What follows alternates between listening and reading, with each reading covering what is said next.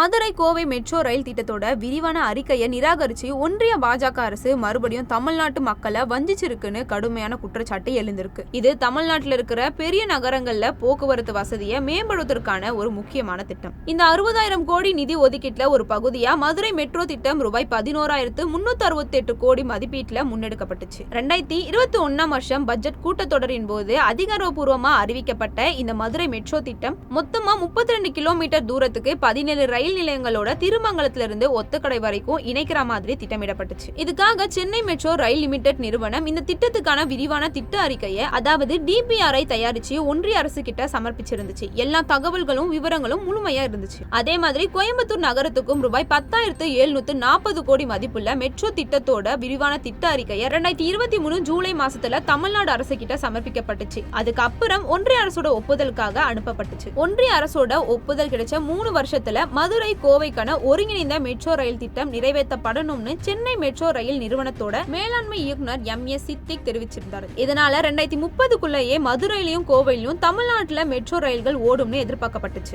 ஆனா இந்த நிலைமையில தான் மதுரை கோவை மெட்ரோ ரயில் திட்டங்களை நரேந்திர மோடி தலைமையிலான ஒன்றிய பாஜக அரசு திடீர்னு நிராகரிச்சிருக்கு. மெட்ரோ ரயில் திட்ட கொள்கை 2017 படி 20 லட்சத்துக்கும் அதிகமான மக்கள் தொகை இருக்கிற நகரங்களை மட்டும்தான் மெட்ரோ திட்டத்துக்கு அனுமதி கொடுக்க முடியும்னு 2011 மக்கள் தொகை கணக்கெடுப்பின்படி கோவையில 15.84 லட்சம் பேர் மட்டும்தான் இருக்கிறாங்கன்னு, மதுரை நகர்ப்புற பகுதிகளில் 14.7 லட்சம் பேர் மட்டும்தான் இருக்கிறாங்கன்னு ஒன்றிய பாஜக அரசு காரணம் காட்டியிருக்கு. இது தமிழ்நாட்டை வஞ்சிக்கிற ஒன்றிய பாஜக அரசோட வழக்கமான அரசியல் நடவடிக்கையோட ஒரு பகுதி தான் கடுமையா குற்றச்சாட்டுகள் எழுந்திருக்கு. குறிப்பா சொல்லணும்னா 20 லட்சத்துக்கும் குறைவான மக்கள் தொகை கொண்ட வேற பல நகரங்களுக்கு மெட்ரோ ரயில் திட்டத்துக்கு அனுமதி வழங்கியிருக்கு ஒன்றிய பாஜக அரசு. உதாரணத்துக்கு சொல்லணும்னா ஆக்ரா நகரம்ல 14 லட்சம் மக்கள் தொகையும், பாட்னா நகரம்ல 17 லட்சம் மக்கள் தொகையும், போபால் நகரம்ல 18 லட்சம் மக்கள் தொகை தான் இருக்காங்க. இந்த நகரத்துக்குலாம் மெட்ரோ திட்டத்துக்கு அனுமதி வழங்கியிருக்காங்க. இப்படி பாஜக ஆளுற மாநிலங்கள்ல இருக்கிற நகரத்துக்கு மட்டும் மெட்ரோ ரயில் திட்டத்துக்கு அனுமதி வழங்கியிருக்கிற ஒன்றிய பாஜக அரசு தமிழகத்துக்கு மட்டும் 20 லட்சம் மக்கள் தொகையை காரணம் காட்டுறது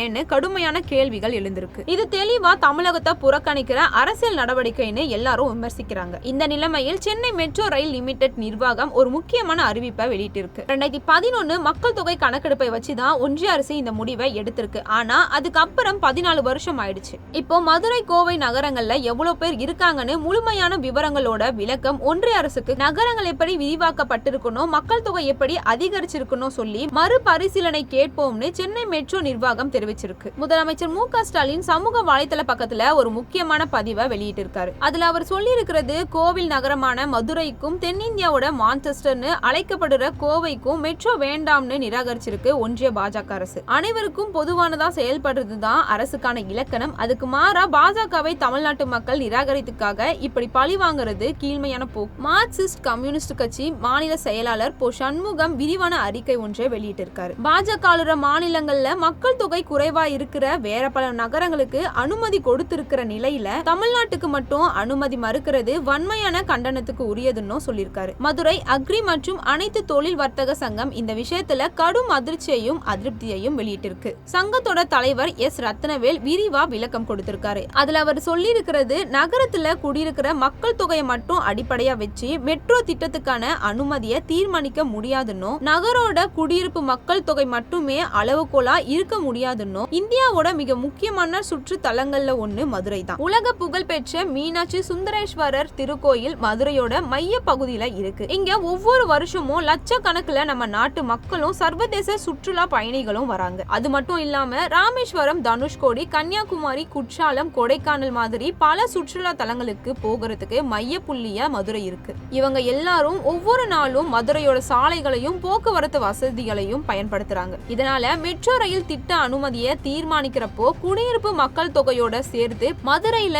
2 சக்கர வாகனங்கள், 4 சக்கர வாகனங்கள், சரக்கு வாகனங்கள் எல்லாமே அதிவேகமா அதிகரிச்சுட்டே போறது. ஆனா அதுக்கு ஏத்த போல சாலைகளும் பாலங்களும் அதிகரிக்கிறது இல்ல. இதனால கடுமையான போக்குவரத்து நெரிசல் ஏற்படுது. வாகனங்கள் அங்குலமா தான் நகர முடியுது. தென் தமிழ்நாட்டோட நுழைவு வாசலா இருக்கிற மதுரை மாதிரி நகரத்துக்கு நவீனமான அதிக திறன் கொண்ட பொது போக்குவரத்து இன்றியமையாதது. எனவே மெட்ரோ ரயில் ஒரு ஆடம்பரம் இல்ல, இது ஒரு அவசியமான தேவைதானே S. ரத்னவேல் தெளிவா தெரிவிச்சிருக்காரு.